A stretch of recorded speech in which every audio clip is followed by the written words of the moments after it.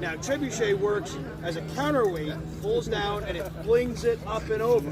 While a catapult, you just let go and it slings and stops. So it's a much shorter distance. So this can fire a lot further away and a lot more power. Like first pass. Yeah. All right. So we're gonna fire it off, but you need to count as loud as you can. Okay? Can you do that? All right. Yeah, he was still being a little bit deep. You know, that's right. Gregor, that is the place not to stand. Don't stand there. Yeah, there you go. All right, yay.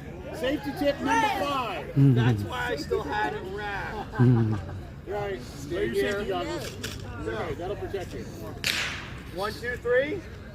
Have a care. Loose. Have a care.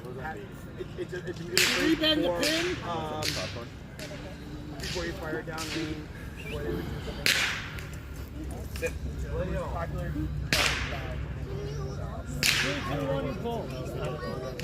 Yeah, just have a care. We're about to do this. All right. All right. 3, 2, 1, and pull. If it doesn't go right, it's all his fault. Right. All right. All right. Are you ready to count? Yep. All right. 1, 3, 2, 3.